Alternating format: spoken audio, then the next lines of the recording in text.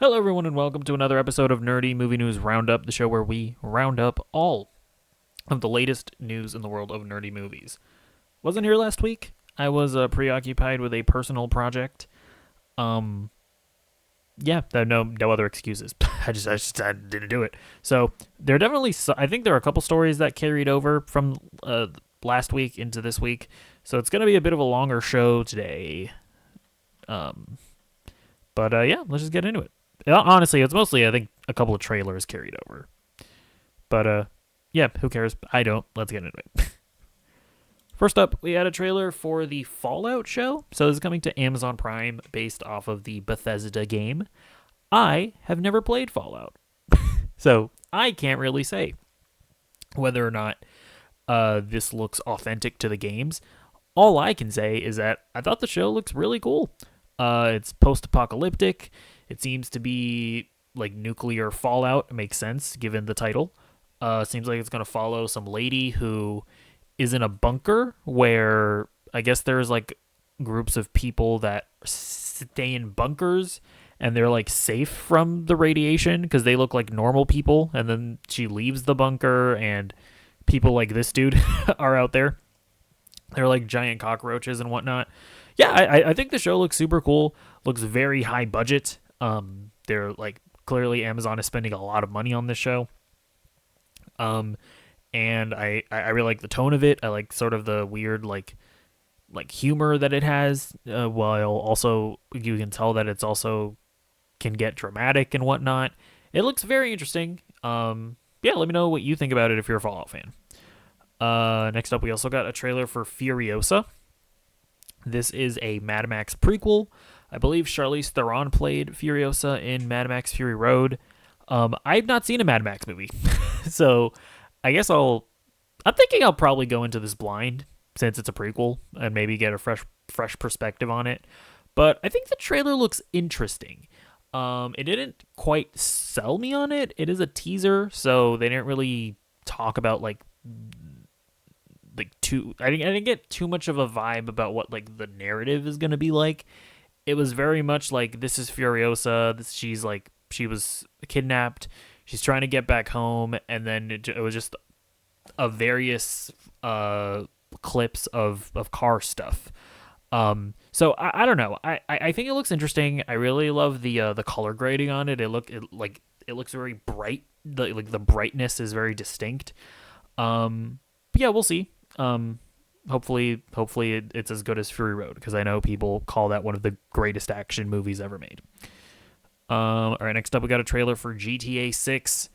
I thought this trailer was pretty sick. Visually, this thing looks absolutely insane. I think one of the things to keep in mind when you're looking at the graphics for this game is that this is an open world game.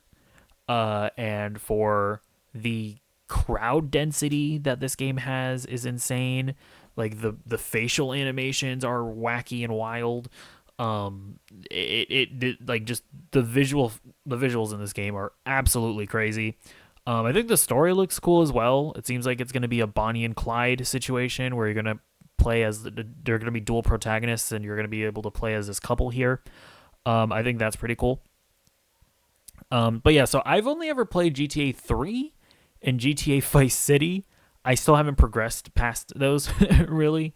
So I think in the next year I probably will go through San Andreas and then 4 and 5, right?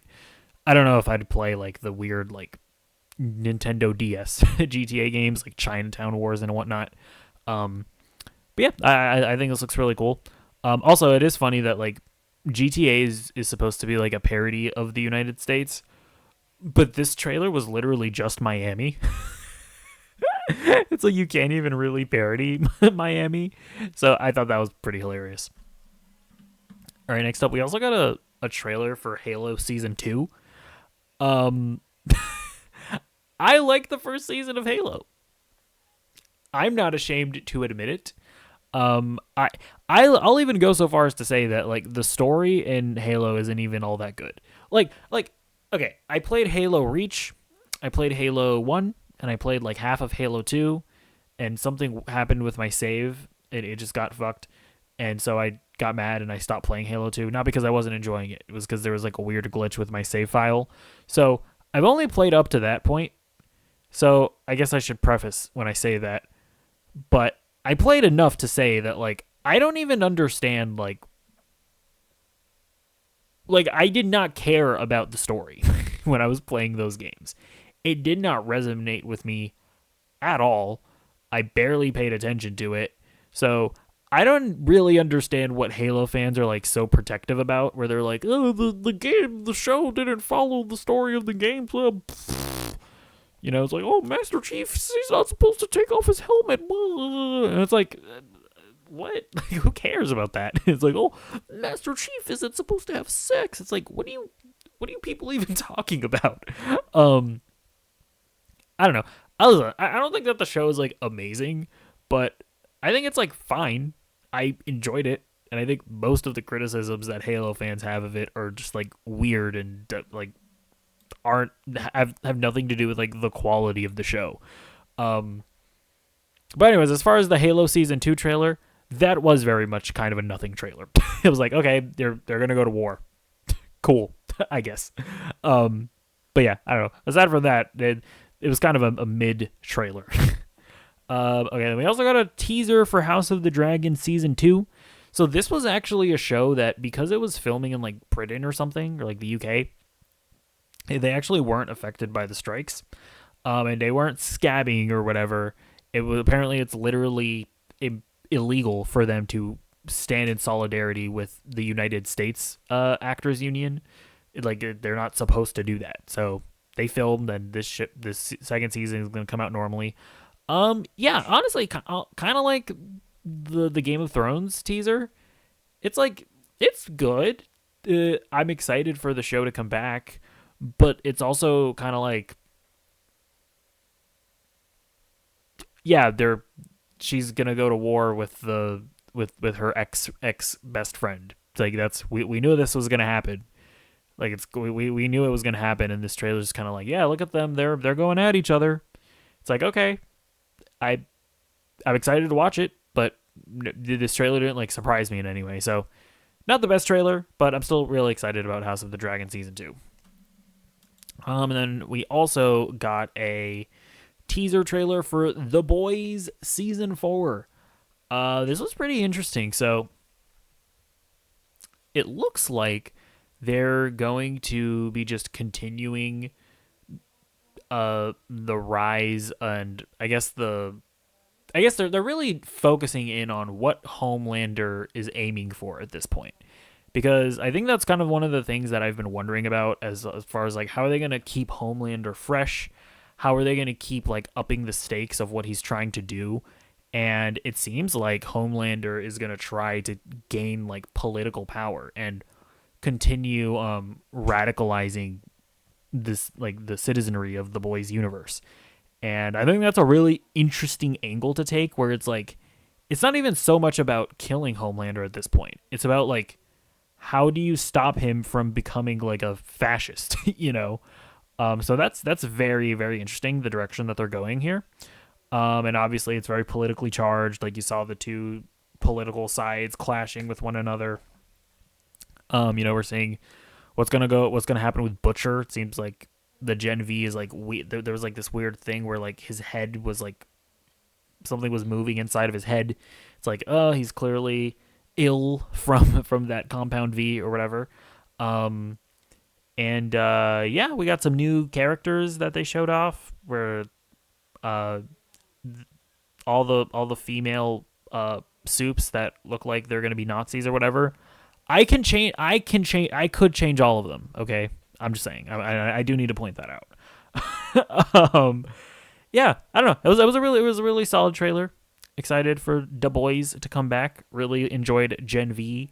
Excited to see how that ties in. I guess maybe I won't spoil the end of Gen V, but there was something in this trailer I was like, ooh, is that the thing from Gen V? Whoa. But yeah, we'll see how it is, I guess. Next story. So at the Game Awards, we got a Suicide Squad. It was really more of a commercial than it was a teaser trailer, but they showed a lot more of the game.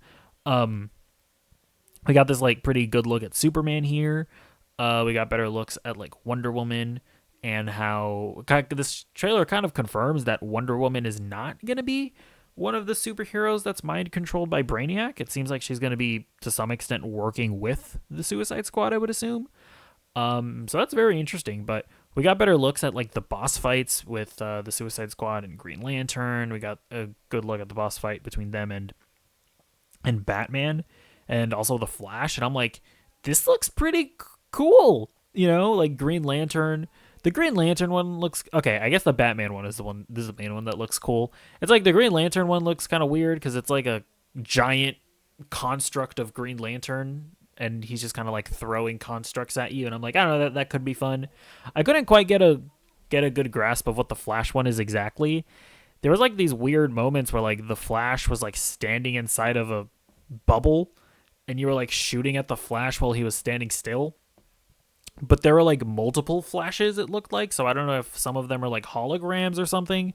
I'm not entirely sure what the Flash boss fight consisted of exactly. But the Batman boss fight, that looked kind of sick, because it looks like it looks like kind of what we saw at the end of Batman Arkham Knight, where it looked like Batman was using the fear toxin. It looks like that's what the Batman boss fight is going to be like, where he uses the fear toxin, because you see like these nightmare Batmen in the trailer, and I'm like, that looks sick. Like that little thing alone is like, that's fucking awesome. So we'll see. I have to say, when it comes to the Suicide Squad game, I'm at the point where I'm like, I think I've seen enough to where clearly that Rocksteady charm, like that Rocksteady goodness is still there in the presentation and in the story. Like the dialogue and all of that, and the characterizations of all these characters, it's like that stuff is still there. And the more I see of it, the more I get that. It's just when it goes into gameplay and it's like this co-op live service shooter, I'm like, this is still just not what I want from Rocksteady, you know? It's like I really value single-player focused Rocksteady games where they really make me feel like a superhero. It's like this co-op shooter thing.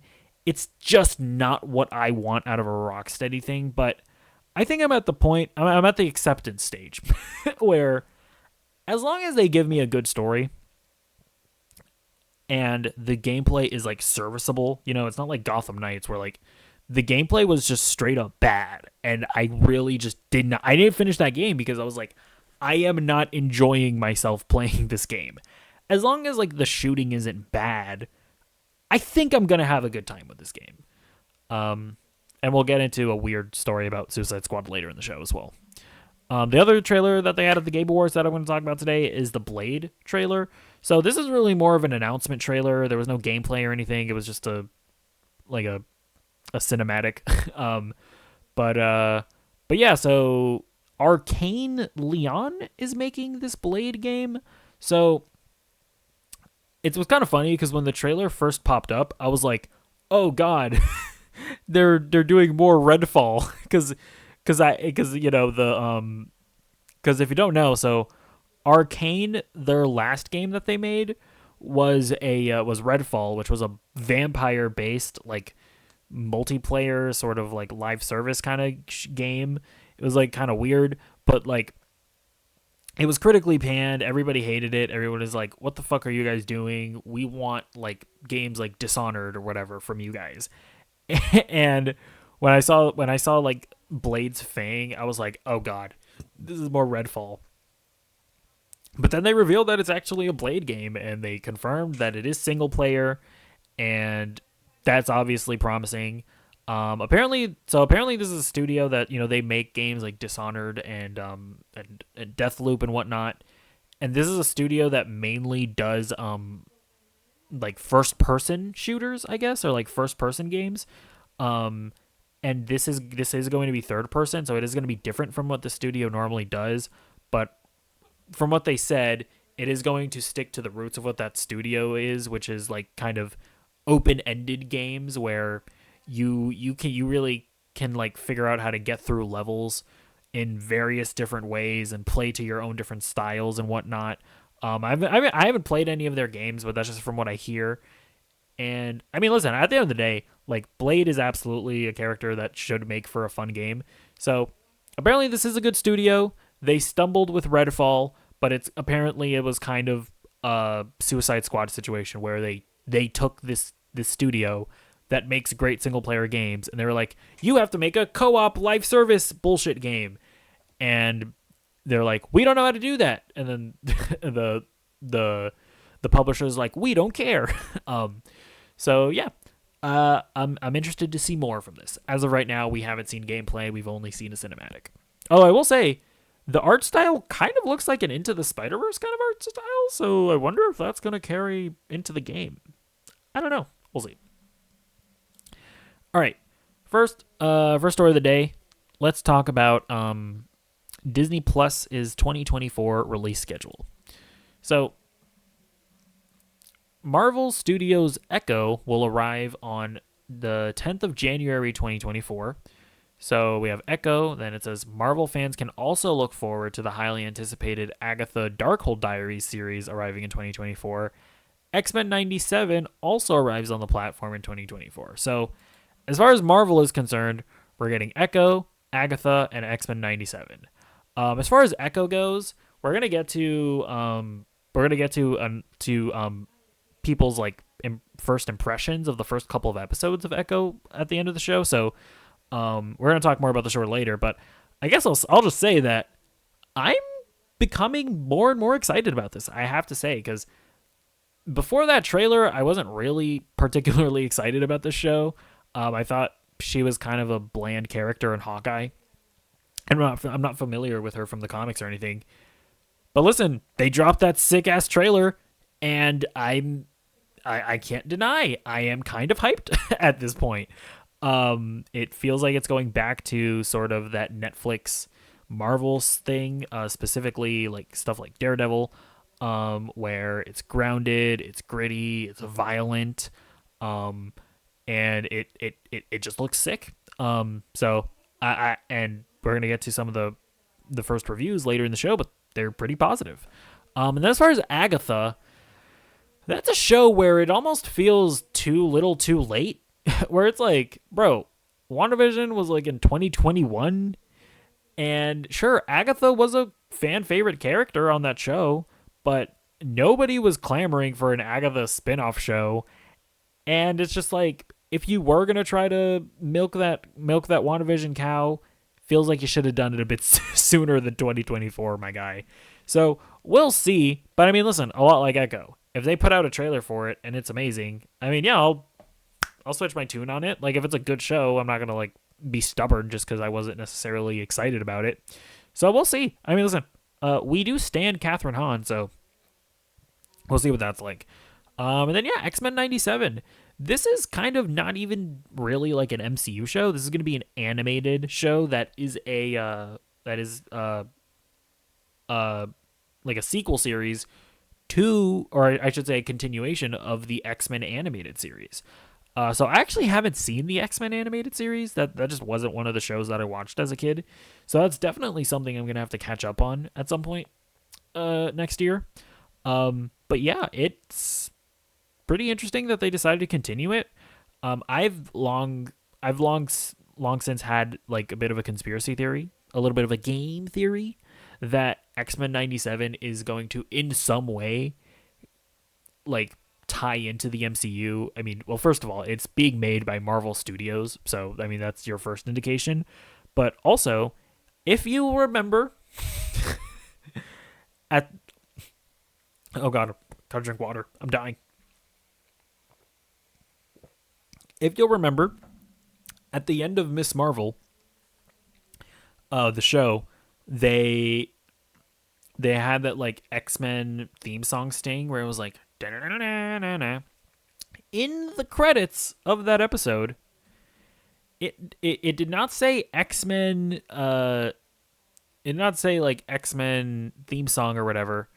It specifically called out the X-Men 97 theme song. That's what it was credited as.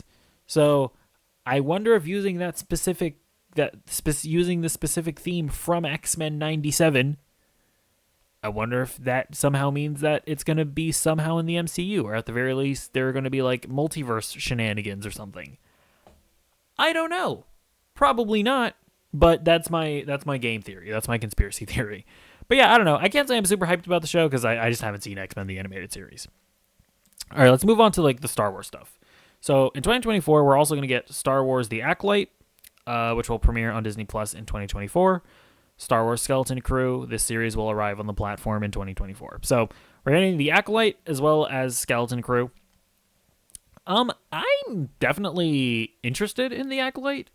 It seems like it's going to be a prequel series that takes place even before the Phantom Menace. I think it's gonna take place in like the High Republic era. I think it's the High Republic is before the prequel era, and then before that is the Old Republic, right? So I don't think we're going all the way back to the Old Republic. I think we're going to the High Republic. I don't know. Star Wars nerds, correct me in the comments down below. And I think it's going to be a show all about like the Sith, and that's just kind of interesting. So hopefully that's an Andor and not an Andbor. Whoa. And we're also getting the Skeleton Crew.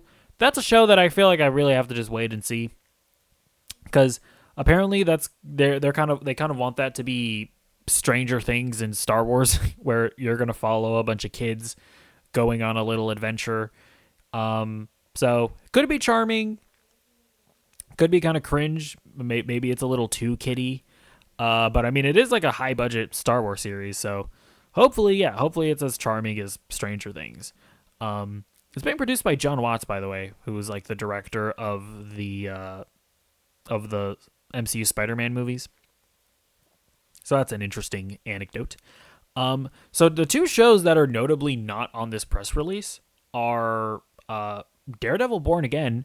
So it seems like that show is officially pushed into 2025, as well as Andor Season 2.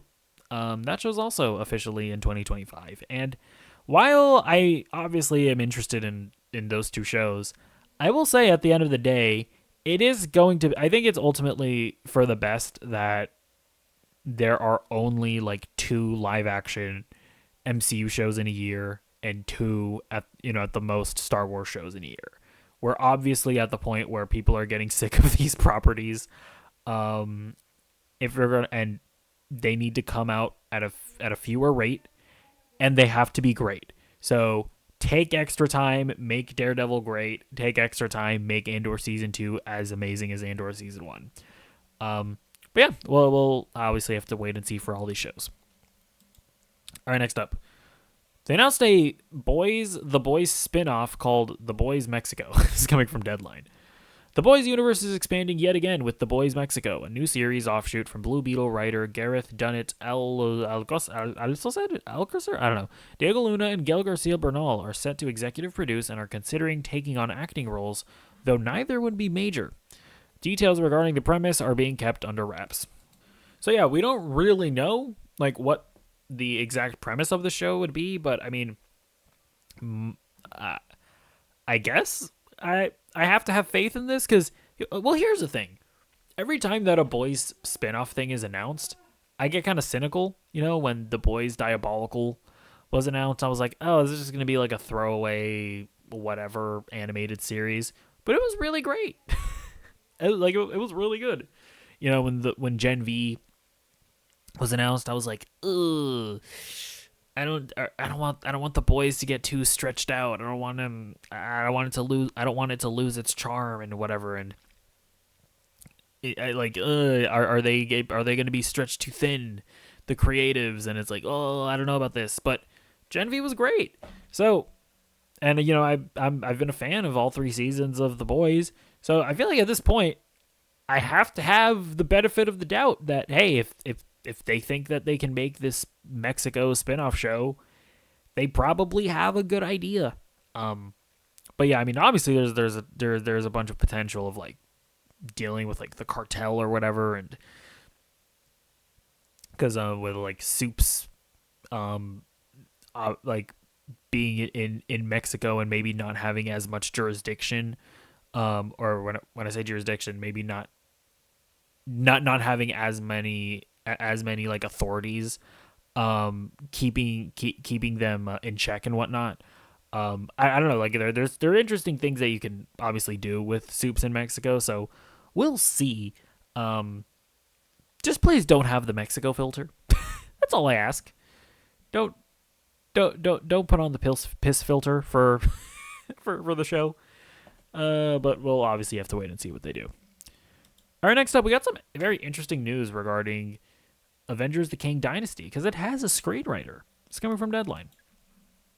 Michael Waldron has been tapped to write Marvel Studios' Avengers: The Kang Dynasty. Waldron had already been set to write Avengers: Secret Wars, having previously created and served as showrunner of Season 1 of Loki, as well as writing Doctor Strange in the Multiverse of Madness. So, yeah, very interesting. Michael Waldron obviously, worked on Loki and Multiverse of Madness, is now going to be writing Avengers: The Kang Dynasty, and he was already writing Avengers: Secret Wars. I think that this makes a lot of sense.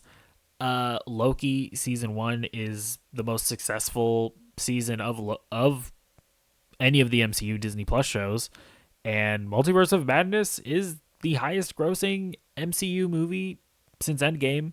Well, actually, it's the second highest grossing movie. Obviously, Spider-Man: No Way Home is the highest grossing movie, but that's honestly kind of a beast of its own, right? That movie.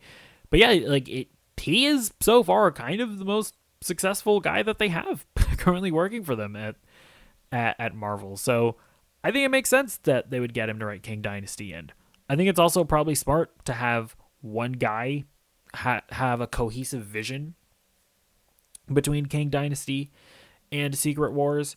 I guess for me, my only concern is obviously just that I wasn't a huge fan of Loki season 1. I thought it was just kind of mid. Thought it was a little dull, a little boring. So I don't necessarily love that. That being said, I did enjoy Multiverse of Madness. I actually thought that was a pretty good movie. I definitely enjoyed it more than most people. I don't think that Multiverse of Madness is inconsistent with WandaVision. People that are like, oh, the Wanda was just crazy for no reason. It's like, did you watch WandaVision? Did you not see her enslave a town? You really don't think, those were imaginary children. You don't think that Wanda would kill people with the chance of her being with her actual children, right? Like real existing children. It's like you people are crazy if you think that Wanda went off the deep end in an unrealistic fashion or whatever. The bitch was crazy. So yeah, I don't know. I generally speaking, I enjoy Michael Waldron's stuff. I don't hate Loki. I just don't love it. And I really enjoyed Multiverse of Madness. So we'll see. I think the most important part about this is that the guy that wrote Ant-Man and the Wasp: Quantumania is no longer writing the Kang Dynasty. And I'm sorry, the other, I guess the most interesting part about this is that I've been predicting that Kang Dynasty was just going to be flat out canceled because they were firing a bunch of people off of it, and you have all of your Jonathan Majors shenanigans. But no, they just hired this guy to write it, so it seems like they're not only going to move forward with the Kang Dynasty, but this also seems like kind of a confirmation that they're going to move forward with Kang. Unless, and I guess this is kind of a possibility, maybe he's hired to write Kang Dynasty, but it's going to switch gears and it's going to turn into a different Avengers movie. I guess that is still possible, but we'll have to wait and see what ultimately happens. All right, so the Amazon Spider-Man Noir show just got a showrunner. It's coming from Variety. The Spider-Man Noir live-action series in the works at Amazon has brought on Steve Lightfoot as co-showrunner. The untitled series will follow an older, grizzled superhero in 1930s New York. An individual with knowledge of the project says that the show will be set in its own universe, and the main character will not be Peter Parker. He, Lightfoot, previously developed and served as showrunner on the Punisher Netflix series. So, yeah, they got the Punisher showrunning this live-action Spider-Man Noir show. I enjoyed the Punisher enough, so I think this is a solid choice as any. And yeah, Spider-Man Noir live-action show is definitely interesting. I like that it's in its own universe. I don't want this to be connected to the Venom verse. I don't want Morbius showing up through a portal to recruit Spider-Man Noir. So that's good. And yeah, the fact that it's not going to be Peter Parker, my conspiracy theory about that is that I wonder if Sony and Disney's contract kind of prohibits Sony from using live action Peter Parker unless it's in an MCU project. I feel like that probably has to be the case, or else it's kind of weird that they wouldn't make Spider-Man Peter Parker unless Spider-Man Noir is just never Peter Parker, usually in the comics. I actually don't know if that's the case, but I believe he was a version of Peter Parker in Spider-Man Into the Spider-Verse, as well as in Spider-Man Shattered Dimensions. So those are my two experiences with the character. But yeah, either way, I think this could be a cool show. I think it would be really cool if they did it in black and white. Probably not, though. But yeah, we'll see how that turns out. All right, next up we have a filming date for The Last of Us Season 2. Mazin confirmed the sophomore season of the critically acclaimed show will begin filming on February 12th, 2024. And I have since seen, I forgot to add it into the OBS program here, but they have also confirmed that the show will release in 2025. So, I mean, listen, I totally get that they were halted by the strikes and whatnot, but it is just kind of a thing that I'm noticing that a lot of shows just aren't coming out yearly anymore. Like, they're taking multi-year long breaks in between projects, and I'm like, we used to get like 18 episode seasons every year of a show. And it's like now shows are like 8 episodes long sometimes. Like The Last of Us is like 8 or 9 episodes long. And it's taking you like years to make seasons. It's like, I don't know. I mean, listen, at the end of the day, as long as we get good quality television, I'm okay with it. But it is just something that I've noticed, that it's taking longer and longer to make TV nowadays. So, we'll see. But also, again, there was the strikes and all that. Next up, the Ray movie also has a filming date. Remember that Ray movie that they were threatening us with? It's coming, apparently. It's coming from CBR. According to the production list, that's like an outlet. The untitled Star Wars movie, which will feature the big screen return of Ridley's Rey Skywalker, will begin shooting on April 7th, 2024 in London, United Kingdom. Yeah, I don't know. I'm not as cynical about this Rey movie as some people are. Like, I like Daisy Ridley. And as long as it's good, I don't think that like Rey is just this character that can never be used well in a movie. It's like as long as the script is good and she's actually given interesting things to do, I still think a Rey movie could work. But yeah, as far as this movie actually happening, who the hell knows? Lucasfilm is actually incapable of making Star Wars movies. I don't know what happened. They cannot seem to get one made. So I'm not going to believe that this movie's real or actually going to happen until I'm sitting in the theater and I'm watching the credits on the movie and I'm able to really sit back and register that I actually watched the movie. Until that point, I don't believe that this movie's actually going to happen. But yeah, next story. House of the Dragon is apparently going to have 4 seasons. It's coming from CBR. George R.R. Martin, spent 2 days locked in a room with Ryan Condal and his writing staff, talking about the 3rd and 4th seasons of House of the Dragon. So, yeah, it seems like House of the Dragon is being planned to go for 4 seasons. I think that's good. I think it's good to have sort of an end game in mind. You know, you don't want these things to go on longer than they need to go. And I definitely like watching shows that feel like that I'm not just getting like filler content and that is building up to stuff. So I think it's good that they're already like mapping out exactly where they want to go. I actually don't know, like, is House of the Dragon, is it based on specific books, or are they just kind of like making a show kind of from scratch based on like some lore of Game of Thrones. I actually don't know. So maybe there were like 4 books in like this House of the Dragon series that it makes complete sense that it would be 4 seasons, and everybody already kind of assumed that. But I'm not a fucking nerd, so I wouldn't know. All right, next story. Apparently, Sean Gunn is going to play Maxwell Lord in the DCU. This is coming from Deadline. We understand that Guardians of the Galaxy alum Sean Gunn is set to take on the role of evil businessman Maxwell Lord in the new DC universe. It's not clear if Sean Gunn's Maxwell Lord will make a cameo in Brother Gunn's Superman Legacy, which will go into production next year. The character, as I hear it, will be referenced in the background of Legacy, but will appear in future DC projects. A similar motif will occur for other characters in the new DC universe. The first phase, which is named Gods and Monsters, Chapter 1. Stay tuned. So this is very weird. James Gunn gets accused a lot of just casting his friends and family and things. And I've been of the opinion that I don't really have a problem with that. Because it makes sense that a director wants to continue working with people that they work well with. And that can include your friends and family. And as long as those friends and family are talented actors, I don't really mind it, right? Like, I don't mind that he puts his wife in things. His wife is a really good actress.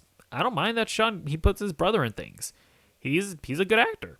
So, that being said, I don't know that Sean Gunn is necessarily a fit for Maxwell Lord. I guess I really only had experience with the character in Wonder Woman 1984, and I think he appeared in like an animated movie that I watched once, but I don't remember which one it was. But either way, I'm pretty sure Maxwell Lord is just supposed to be like a smooth talking businessman, right? Who I think he's also like turns into a psychopath sometimes, like when his facade breaks. Isn't that a thing as well, where he's kind of unhinged? And I just don't know if Sean Gunn can pull that off, because anytime you see him in the Guardians movies, he's always like, "Oh, I'm a bit of a hillbilly, and look at me, I'm a Ravager, I'm scrapping around, I'm kind of a Southerner, And it's like, I don't know that he could be like the smooth talker businessman, like what Pedro Pascal did in Wonder Woman 84. But listen, if James Gunn knows that his brother is capable of pulling off the performance, then I have no problem with it. If we end up watching the movie and it's like, Sean Gunn does not fit here, then obviously in that case that might be a problem with or that might be a situation where like nepotism actually is kind of a problem. But we'll have to wait and see. Not inherently against this. I just think it's a weird pick. All right. Last story of the day. Oh, no, not last story of the day. Never mind. By the way, next story. We have a bunch of first impressions for the first couple of episodes of Echo. So we're just going to go through a bunch of tweets. It's coming from this person named Emily Murray. Enjoyed the first 2 episodes of Echo, which had an incredible and violent fight scene I want to watch again and again. The sound design is fire. The brilliant Alaqua Cox continually draws me in, but I found the storytelling and pacing shaky. Excited to see the rest. Second tweet. If the world-ending stakes of the MCU have you longing for something more grounded, Echo is the gritty tonic. 2 episodes seen, and it's a hard-hitting action thriller with a great sense of Native American culture. Can't wait to see the final 3 when they drop in January. Paul Klein, whoever that is, tweeted that. A guy named Tom Percival saw the first 2 episodes of Echo tonight and have a lot of thoughts. I think fans of Netflix's Daredevil are going to love it. It's like Marvel remembered it can be violent and dark. Alaqua Cox is amazing, although I don't love all the creative decisions, though. This guy named Tyrell Charles. I've seen 3 episodes of Echo, a grounded, character-driven story with hints of bigger things to come. The strong focus on Maya's indigenous heritage and personal history intrigues me, and while some quiet moments slow the pacing, when the action scenes come, they are indeed brutal. This is a Maya Lopez origin story through and through. Honestly, after all the huge, confusing CGI multiverse stuff lately, a more gritty, street-level story is quite refreshing to me. and I'm sure I won't be alone in that thought. So good to hear. A little concerning that some people are like, I'm not loving some of the creative decisions. Some people saying that the pacing and the story can be a little shaky.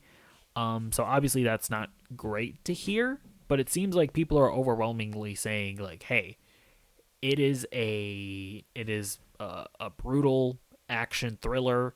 And we enjoy that about it. You know, we enjoy that it's more grounded. We enjoy that it's not multiverse nonsense that we're getting sick of. You know, it's refreshing. I can't help but get kind of hyped. I can't help it. I think I'm getting excited about the Echo show, guys. But alas, hopefully our hype is not unfounded. And listen, Marvel just needs good content at this point. Like, here's the thing. I don't think that there's any chance in hell that, like, Echo becomes, like, a huge ratings hit. Like, probably barely anybody is going to watch this show. But what Marvel needs right now is to just regain their reputation, right? Because the thing about Andor is that it wasn't a huge ratings hit. But I feel like that show did a lot for Star Wars because instead of, you know, like whenever people talk about Star Wars, they have to bring up, but Andor was good. And as negative as the buzz around Star Wars is at the moment, the fact that Andor is just there as this example of great Star Wars media absolutely helps the reputation of Star Wars. Like, when people are bringing up like a bunch of bad Marvel stuff, but it's like Guardians of the Galaxy is there, and you can't erase it. You know, like when you're talking about how bad Guardians or bad the MCU is lately, it's like you have to be like, yeah, but Wakanda Forever and Guardians of the Galaxy 3, like those are great. And that's the thing, like that's what I feel like one of the things that Marvel needs right now, where it's like, it would be really nice for people to be like, yeah, Marvel stuff has sucked lately, but you know, heck, Echo was really good. And for just a really solid show to be there, to just be like this beacon of light in the darkness, I think that can go a long way for, you know, resuscitating the Marvel brand. Like, that's the thing. They just need good content. They need content that is good, so that when people think of Marvel, they can think of good content, you know?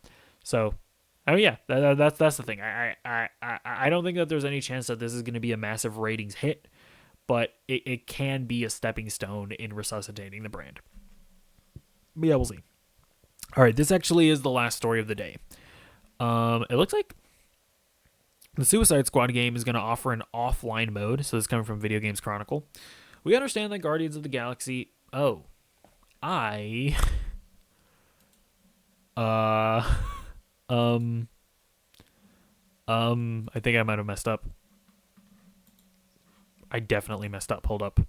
We can do this in real time. We will fix this. There we go. At launch, the game will require an online connection to play. Now on the game's official Discord server, Rocksteady has claimed that the game will be playable offline after the launch of offline story mode. What am I saying? That the game will be playable offline after the launch of the game. We're happy to confirm we are planning to add an offline story mode that will give players the option to experience the main campaign without an internet connection. It wrote, we're planning to provide this update in 2024 and will provide more details when available. So, yeah, kind of lame that it looks like this won't be available at launch, but that's what I want. I want to just play your campaign uninterrupted. No online nonsense messing with my experience. Like, that is how I intend to play this game. I don't want to play it with other people. That's just generally not how I play story-based games, you know? So yeah, we'll see. Hopefully it gets updated in the future and it's there at launch and it's an option. But yeah, that's going to be it for this episode of Nerdy Movie News Roundup. It was a great show. It was a wonderful show. Let me know what you thought about any all of those things. What do you think about those trailers? Let me know about Fallout and Furiosa if you're a fan of those franchises. Let me know about the stories. Are you excited for Echo? Are you not excited for Echo? Do you have no plans on watching Echo? Wouldn't blame you. What about Agatha? You excited for Agatha? Oh man, the MCU. We'll see. We'll see how it goes in the future. But yeah, for now, I'm gonna wrap up the episode here. Goodbye.